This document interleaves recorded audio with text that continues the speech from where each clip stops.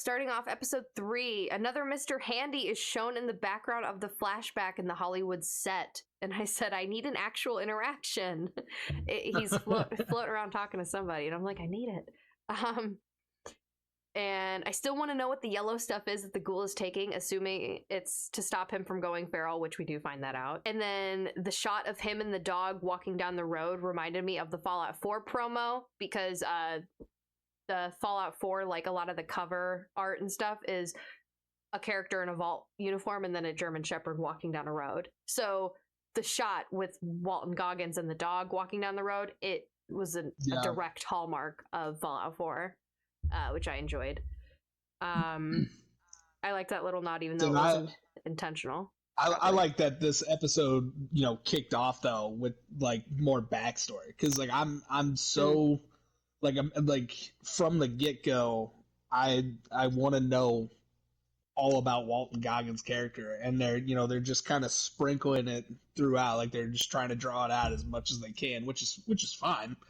I'm glad that they're kind of doing it that way, but it's like I need to know more about this man, because they just introduced us to his wife too, and it's and the daughter. Didn't he? Yeah, because like when you go back to the party, and that guy makes the comment about obviously he's doing it for alimony or whatever, and it's like, okay, so either he was married or is married or whatever the case may be. Like something happened. Yeah, and so it's like I'm wanting these nuggets of info about him. And so I'm glad when they do it, at least give us a little bit. I do remember a little bit from memory. I can't remember his whole backstory, but from when I was watching it, that they do give more backstory, but I can't remember for the life of me what it was. So I think we will get more on him. And I wouldn't be surprised if we did it in season 2. Yeah, because, I mean, I would imagine they're going to have to go into how he even became a ghoul and all that stuff, so... Well, and, I mean, like, they're also, like, they're obviously heavily tying him into, like, everything. Like, him being Vault Boy. Like, so it seems exactly. like, even though it's everyone's shared story, he's still very much tied to, like, the deeper story. So I would assume that they would be giving a lot more. But then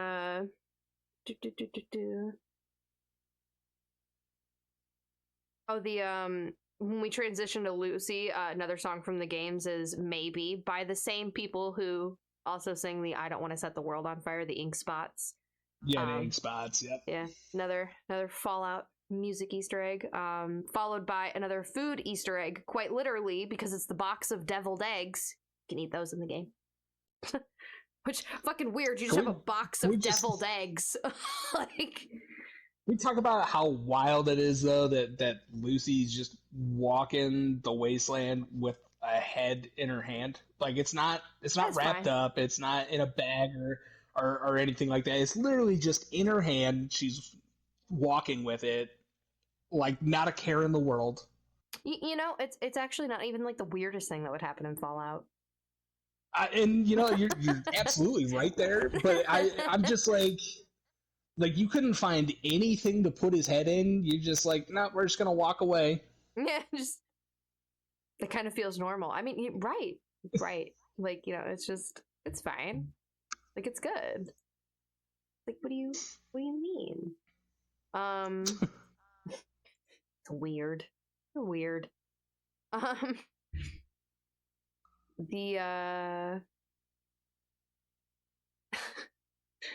The fight Max got into with the people trying to pick apart the armor, which we were talking about, was cool. When he grabbed that guy's head with like the T60 armor hand, and then it fucking exploded. I thought that's what he was gonna do with the guy that was fucking the chicken, the other guy. I did too. And that didn't happen. I was like, oh, okay, never mind. That was wild though, because it looks so good. Like, yeah, like he just, and I was like, oh. Like, you could even like start to like see the change in the eye color too. Like you could see like the blood vessels sensing the pressure, and then boom, like just pops his fucking head.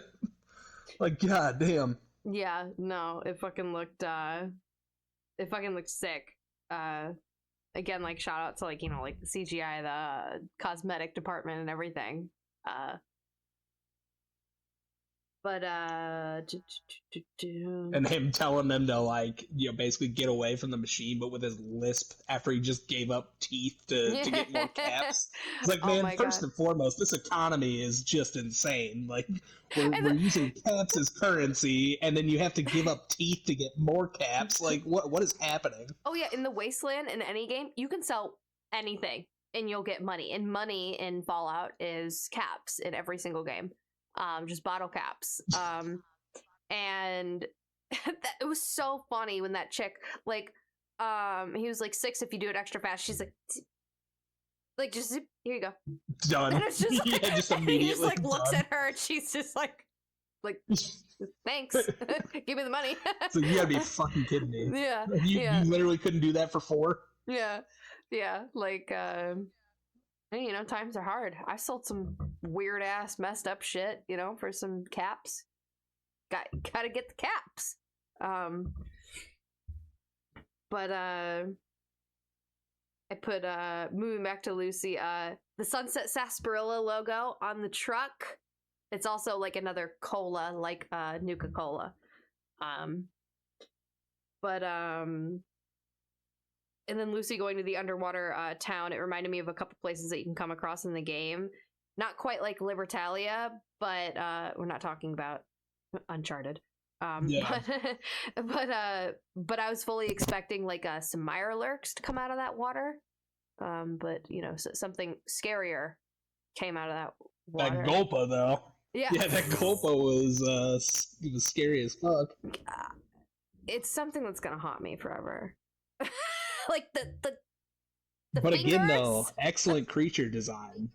Oh yeah, I love the creature design. Like, the Gulpers don't look like that in the damn game. I mean, like they're supposed to be mutated like salamanders type thing. So like they have the right type of design down because it kind of looked more like an axolotl. But the fact that it was human-like with like the it had a human hand and it had the fingers and the human skin and all that stuff. That's disgusting. Like, they don't look like that.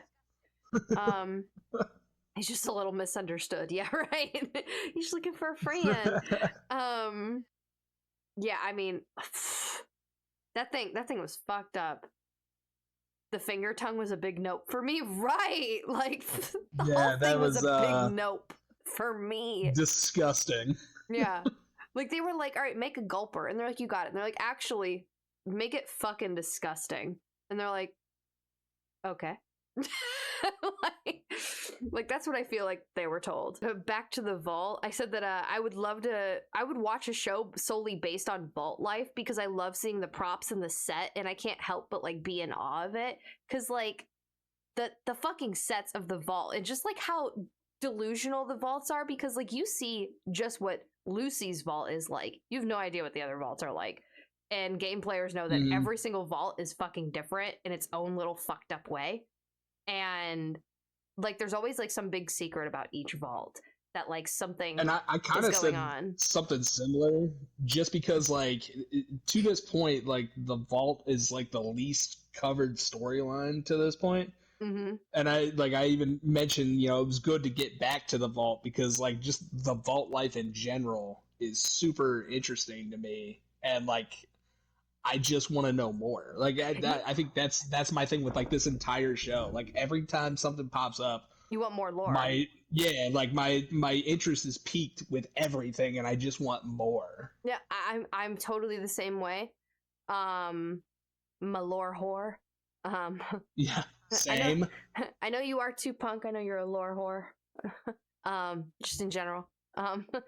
But I mean, like, you know, I would love for them to even just do like a spin-off show of like maybe following like 3 or 4 vaults, you know, and just like showing us like the different fucked up things that happens, but it's all showing like the vaults like that. That would be so fucking cool. You don't even go outside. Don't even show me any of that. Keep it in the vaults because every single one of them is messed up. Exactly. Do the vaults kind of remind you of the mountain in the 100? Little bit. I mean, the vaults are more I so guess like a yeah, keeping up a ruse, but like I could see where you're it's making the less comparison. claustrophobic. Yeah. Like the vault would be less claustrophobic than Mount Weather. Yeah. And plus, like Mount Weather, like like they're eager to get outside and like they kind of know what's out there versus like the vault people. Like they're like the la la vault la, people this is the do only not. world. Yeah, like, they talk about how you can like literally put everybody in danger just by opening the door. right. So nobody has any desire to go out. Mm-hmm.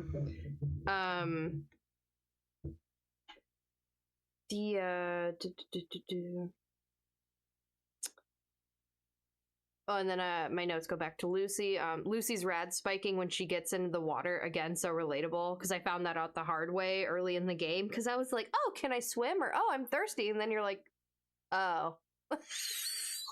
Yeah. I remember the first time in Fallout 4, like, I think I was not too far from my vault. I was just like, la la la, like seeing the world for the first time. And I get in the water, and then it's like, shh, and I was like, oh no. And then it was like, you now have radiation poisoning. I was like, neat. Cool. And then like my person was really, really thirsty, and I didn't have any fucking thing, and I was like, I'll just drink a little bit. Just a little bit. Like, and it was not good. Person started getting sick. But it was that scene though just shows how like naive Lucy is to how the world works. I mean, she's literally trying to tell about like the how to treat people and all that stuff, and it's like your shit that you guys do down in the vault means absolutely nothing in the wasteland. I don't even know why you're bothering. Like, it's almost like, like she's conditioned to like respond to a world that was like pre-nuclear Fallout. Yeah, and he's almost amused by it. Like he's like he's trying hard not to laugh listening to her just like talk about this shit. Right, because he's like, just is this bitch for real? Yeah, right. Like the stupid shit that comes out of your mouth. But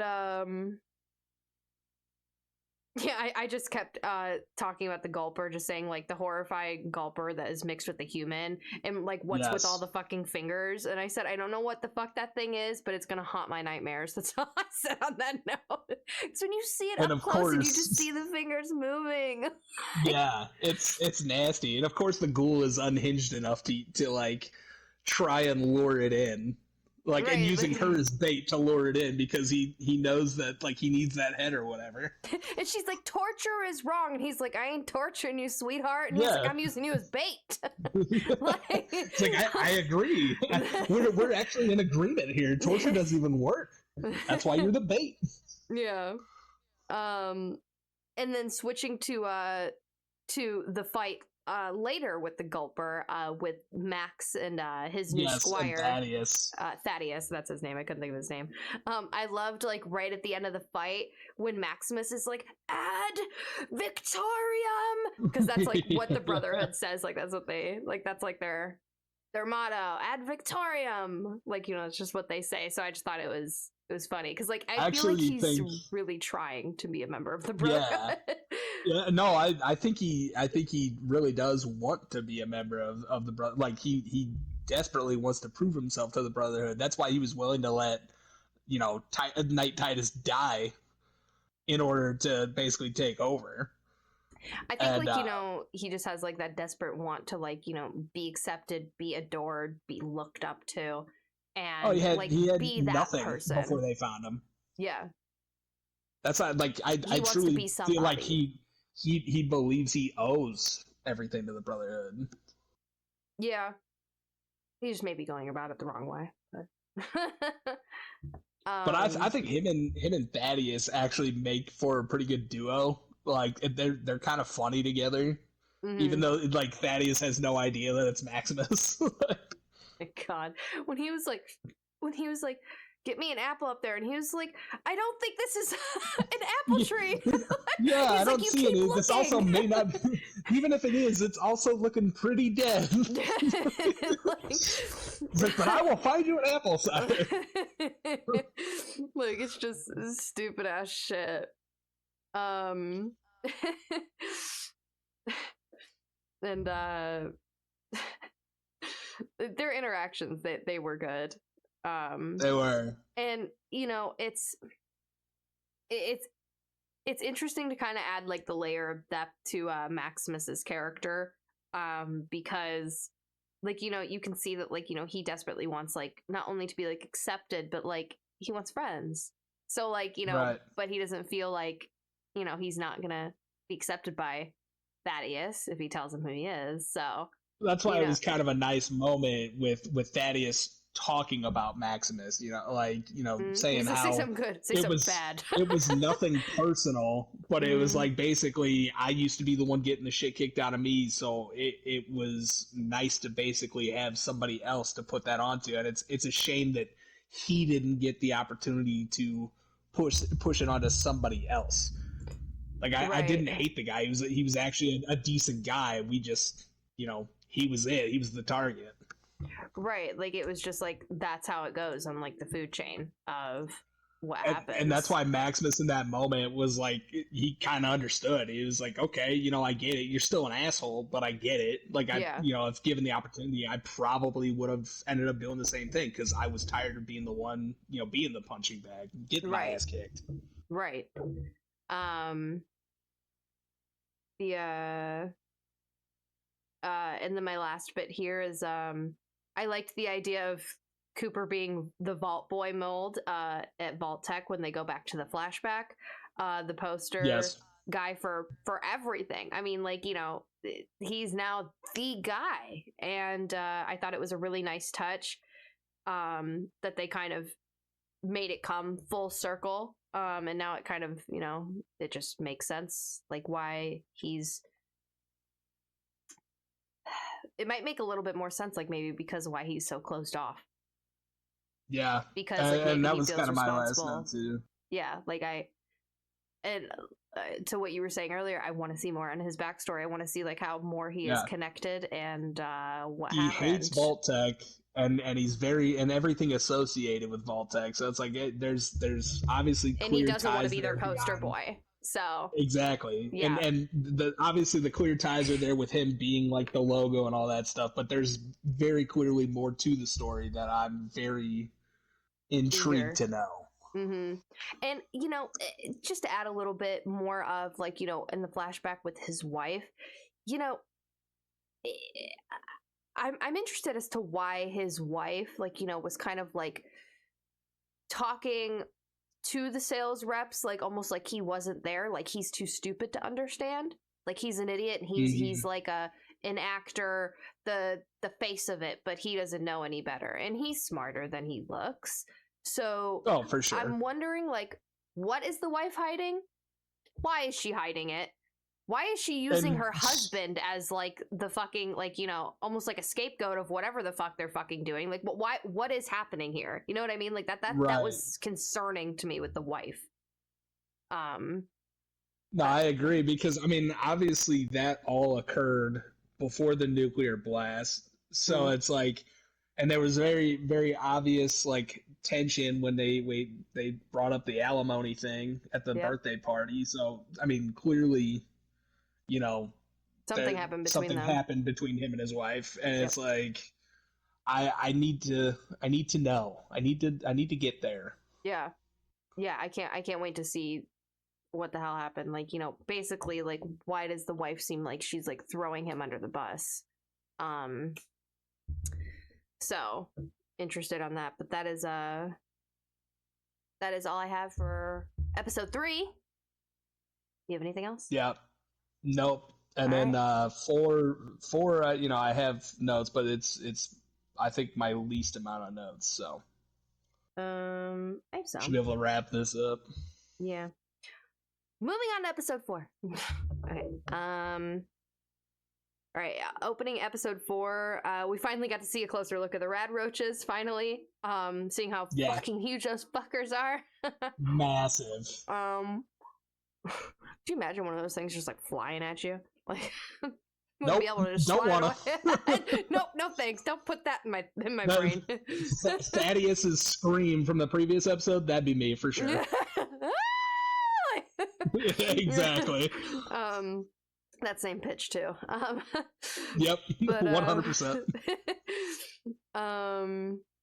We still don't know much more about the yellow vials, but at least we now have it confirmed that they keep the ghouls sentient, which is crazy cool. Which is oh wait, they keep the ghouls sentient. I said it was crazy cool and sad to see his friend turn. Yeah. Because like they're just having a conversation, and then just like. Well, and that was deliberate too. He was basically trying to, keep him busy because eventually he knew he was gonna have to just end it because he was about to turn and he didn't want that for him. I don't think, because it seemed like they were friends, or at least exactly. So he was doing him a favor. Yeah, no, I mean I totally agree with his what he did, like putting him out of his misery. But before he did, the Easter egg of the mention of Blamco mac and cheese, another food Easter egg. I've been loving the food Easter eggs. But and then he's like ice cream and apple pie, and he's like, oh yeah. Like, yeah, my mom used to. It's like Jesus. He's trying to make him think of a happy memory before he just took it all away. And Lucy clearly just needs to learn to adapt because obviously She's like, things you didn't are have done to do that. I'm differently. like, you did. Yeah. Like, you didn't see what was going to happen. You literally have no idea how the world works up here. You're going to need to adapt or you will not survive. Well, and I feel like, which we'll touch on it as we keep going through the episode, but I do feel like episode 4 is her turning point.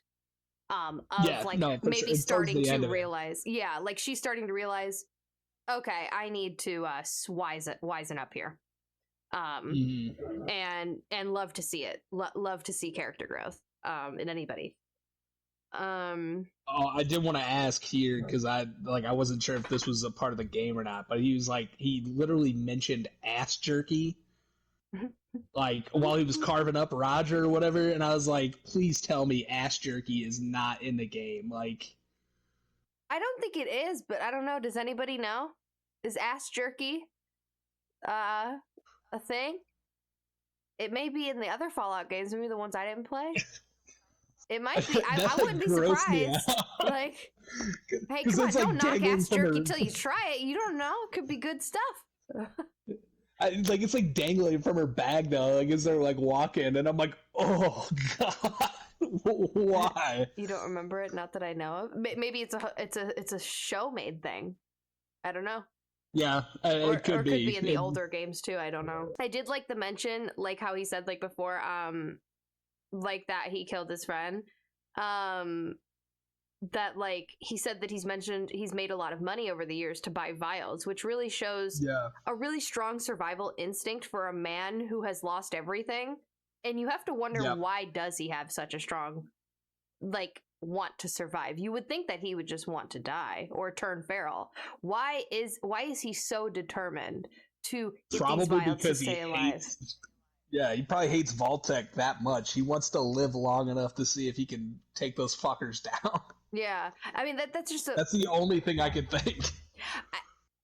You could be right. I don't know. I just thought that was a really interesting thing because, he just seems like he has nothing to live for. He literally gives no fuck. So it's like, why are you? Your daughter's gone. Your wife's gone. Like, what do you have to live for? Yeah, and I mean, he clearly doesn't like getting close to people. So I was just curious as to why he. It's like he is so dead set on getting these bounties to get these vials. Like he has a very strong survival instinct.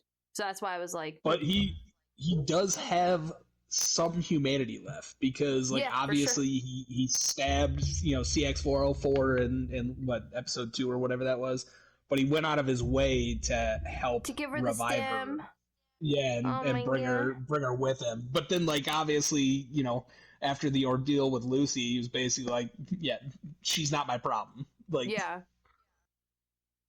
I know. I like that little tidbit of him giving the stem to the dog. That was a nice little touch. He clearly felt bad about it. Like he didn't want to do it, but should. Obviously, yeah. Oh, I know. I think I even said I was like that pissed me off for a moment because I thought he legit killed my second favorite character. Yeah, right. Like he just stabbed the dog, but it's all good now.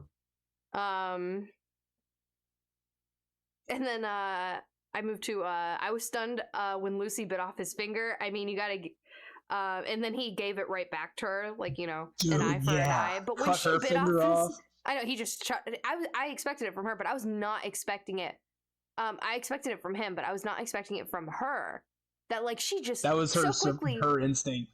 Yeah, it was her survival instinct finally kicking in right there, or her, not her survival, but her like fight or flight instinct like kicking in. And I was like, okay, Lucy, you gonna just bite off a finger? I like that. You got that fight in you. I want to see it. But that was also the moment where he kind of like respected her a little bit. You know, like he's like, oh, I'm fucking pissed, and this is gonna be an eye for an eye situation here. But you know, you're finally actually showing that you have fight in you. Yeah. Like, and I want to see more of that. Yeah, no, I could definitely see, like, you know, the respect that he had for her in his eyes as he cut off her finger. Yeah, that was a wild move, and the finger that she gets to replace it is so gnarly looking. Oh yeah, right. It looks like a dead finger. I'm like, and she's like, "Oh, that feels better," and I'm like, "Does it?" Because it looks awful. It's fine. It's fine. If it works, it works.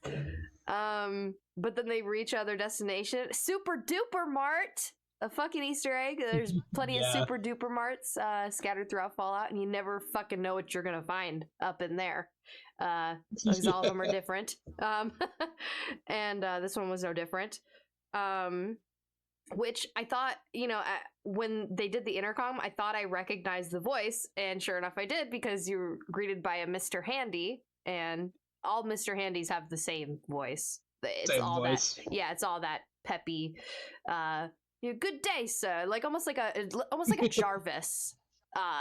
And the humor was so good with him too, just like throughout that scene, because like I'm going to harvest your organs. Yeah, he's like, oh god, that sounds so terrible. I'm just going to harvest your organs. It's like, I'm sorry, what?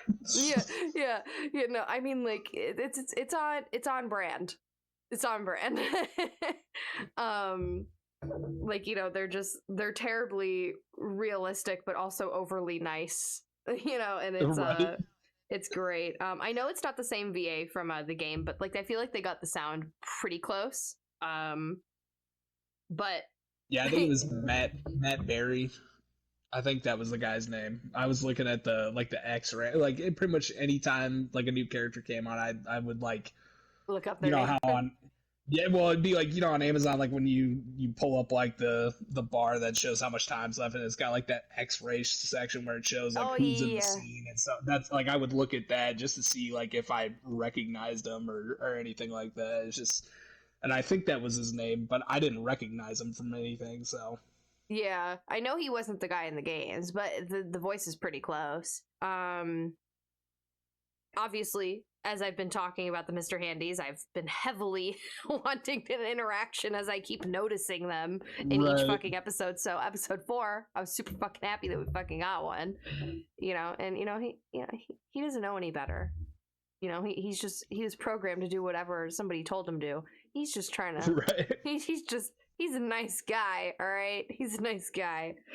That's why it was funny, you know, him basically saying, you know, this will be over in a jiffy, basically, like, you're not gonna feel a thing, but he's about to take a big ass buzzsaw and just like cut straight down her midsection. It's just like, no, this is gonna be totally fine. Like, you're not gonna feel a thing. Yeah, like it's literally like I say something similar. I was like, everything seems like sunshine and rainbows, but in true Fallout fashion, he tranks her and then says, "I'm just going to harvest your organs." like that is just something that is so on brand for the Fallout games. Yeah, like the humor was like gold in this scene. like it's not a big deal. Like, and then it goes to show that like you can never trust anyone or anything in the wasteland, which is true. Exactly.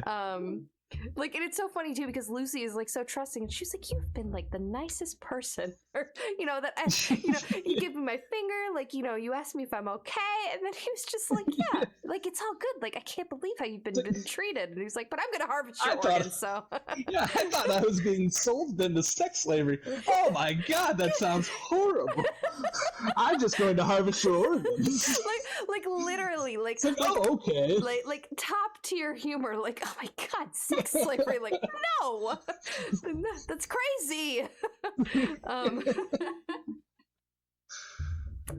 Or even like when he's wheeling her down to like do the procedure, he's like, "Hey, you from around here?" And she doesn't even respond. He's like, "I've never been here myself." But like he's just like having a conversation with himself. Yeah. That's how the Mr. Handies are. Like they'll talk to themselves. Oh my god, I love it. It's funny. Going back to the vault, when Norm says something about what the Raiders did to the innocent people in Vault 32, and the Raider guy replies, "Those people were anything but innocent." And I said, I love that line because, like I just said, everything can seem like sunshine and rainbows, but even the vaults, they look like they have it all together and that they're civilized, but so many of them are so messed up in so many different ways. And well, and I picked up on that like the first time around, like when he like during the wedding scene, like when he goes into Vault 32 and sees all the dead crops and sees that dead body that's clearly decomposed a lot. For a while, yeah. Yeah, and I'm like, so I was like, either these raiders have like been here basically the whole time, like pretending to be these folks, or some shit went down here before like the raiders even got there. Right, and then they uncovered that they did it to each other. Yeah. And which goes to show, like, there's some shit going on in those vaults. Like, I'm telling you, man, like there is some fucked up vaults out there. Did I talk about one of the vaults? There's one vault, I want to say, which one is it? I think it might be in New Vegas. I think it might be like Vault 11 or Vault 4. This one, it's where they offer up a human sacrifice every year, because they're sold like this lie that like if they don't offer up a human sacrifice and like I think it's like the crops die or something. No, like they all die. Like they'll all Jesus. just die. Like a self-destruct button will happen in the vault. So like, somebody gets sacrificed every year or something like that. And like they have to like vote on like who it is or like whatever. And and I ended up going to that vault, and then I went into the self-destruct thing, and it was actually quite cool. It was fucked up. That's but hilarious. it reloaded me back in when I died, but it was cool. The vaults are anything but normal. If anything, maybe life on the surface might be more normal than what the vaults got going on. They got some fucked up shit, and I think it's something that like Vault Tech had to do, like of like putting, like I almost want to say like maybe like they were all like experiments of some sort of thing. I think they had to be, because obviously, like when you listen to Wilzig like basically rattle off what Vault 33 is, he clearly had intimate knowledge of all these vaults. Right, and like there he was had been clearly briefed a of them. purpose. Yeah, like there was clearly a purpose that every single one was supposed to serve. And then like that's why it was also like telling, it was a nice subtle telling of what happened in 32 with that video basically showing what happens when rats are in confined spaces and don't have food. Like they basically just start attacking and eating and killing each other. Yeah. Well, and like it just sounded like they were like a bit crazy by like the writings on the walls. Like you what were they? It was like, the information, or like and it was just like they went nuts. Yeah, death to something was written on the one wall, like whatever the overseer would be considered, I guess. Yeah. Isn't there a vault with mainly women and one dude and vice versa? Yeah, there was. I think I've read about it. I think it was like 99 dudes and one woman, and then vice versa. I don't know, the vaults were all fucked up experiments, but not all of them you can go into. Some of them you can only read about.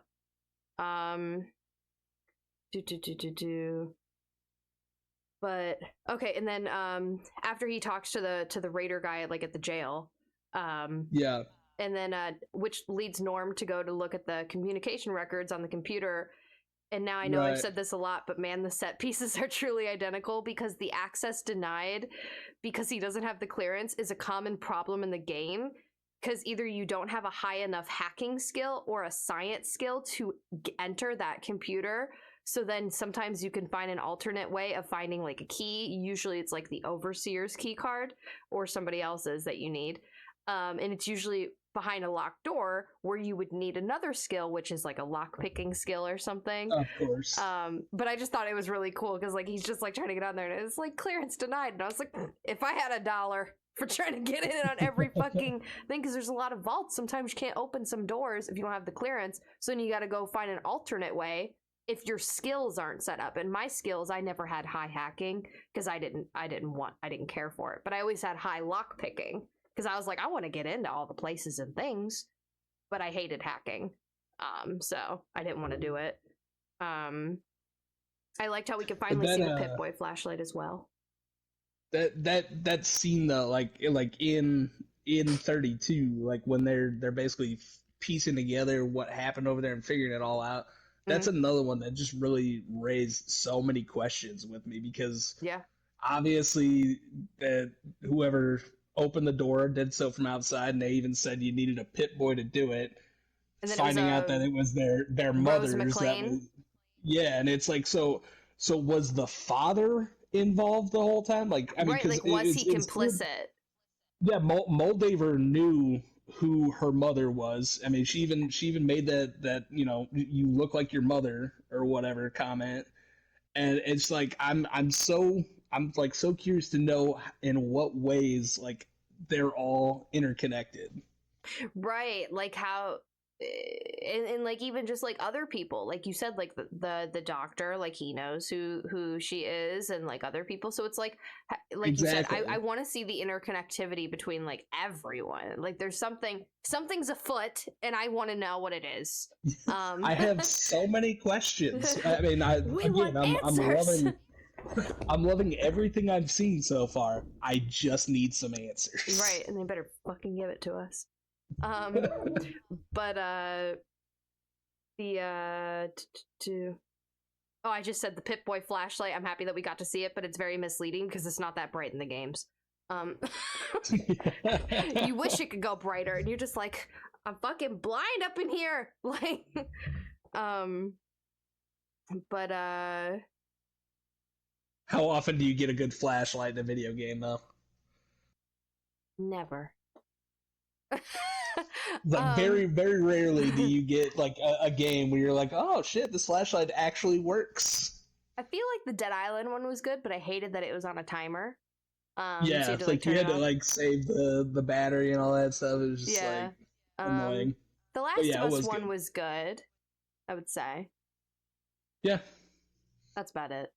Everything else. Yeah, I was gonna say. I was like, yeah. I mean, there's definitely a fefew examples. Like, it does happen, just not as often as it should. Like 1 out of 20 times.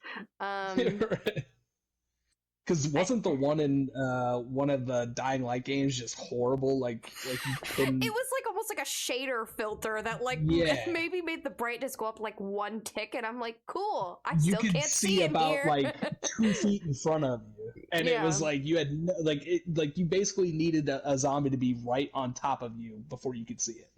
Left 4 Dead had good flashlights. Did they? I can't remember if they did. Yeah, the flashlight in Left 4 Dead 2, I forgot about that. That actually was a pretty good flash, because it was like on the gun and shit. Like you could have like an attachment or whatever, and it was good. See, I don't remember that. I very vaguely like remember some about that game. I think the thing I remember most about that game is probably like that carnival level. Yeah, and then like where you do the concert. Yeah, the concert. It's like midnight something. I can't remember what it was. It was it was a cool level. Honestly, they were all cool. I like that game a lot.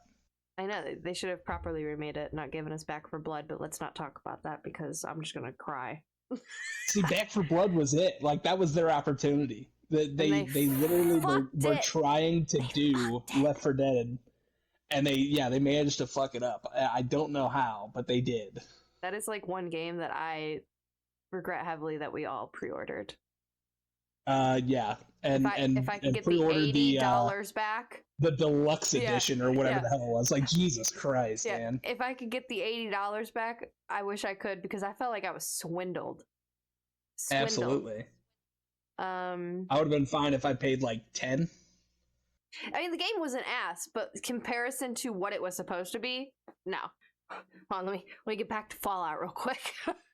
Yeah, that's right. I forgot we were here doing something. You know, Kevin and I, we just give us a topic and we'll just start going. We go off topic a lot. So we can start talking about pencils and be here for 40 minutes. Don't know. So literally, we could probably have a like an actual podcast on Spotify of just like, just Kevin and Lauren talking about things and stuff. And we would be there for a while talking about things and stuff. But yeah, we're not saying it would be good, but we could certainly talk. Yeah, it could exist, is what we're saying.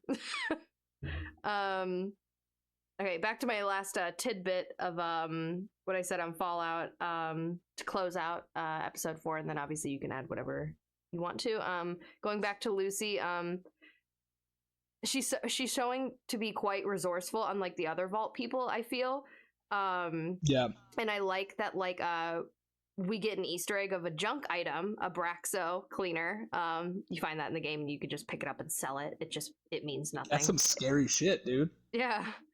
And then we finally get to see feral ghouls, and they were fast as fuck, and they were scary, and that's exactly how they are in the fucking games. You come across them, they just dart at you, and oh my god, pounce on you. Yeah, it's and then Lucy finally fucking understands, like, when she comes outside, and she's like, so that's what happens to you if you don't get these, and like, and shows that, like, I'm not like you, like, I'm still gonna And she's like, golden rule, motherfucker.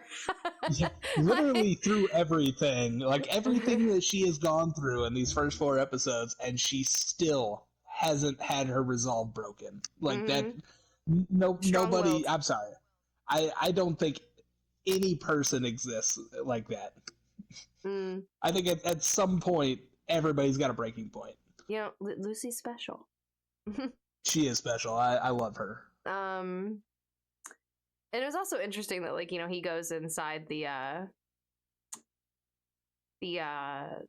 place or whatever, and like, it just so happens to be like a tape of like him and like his in his glory days.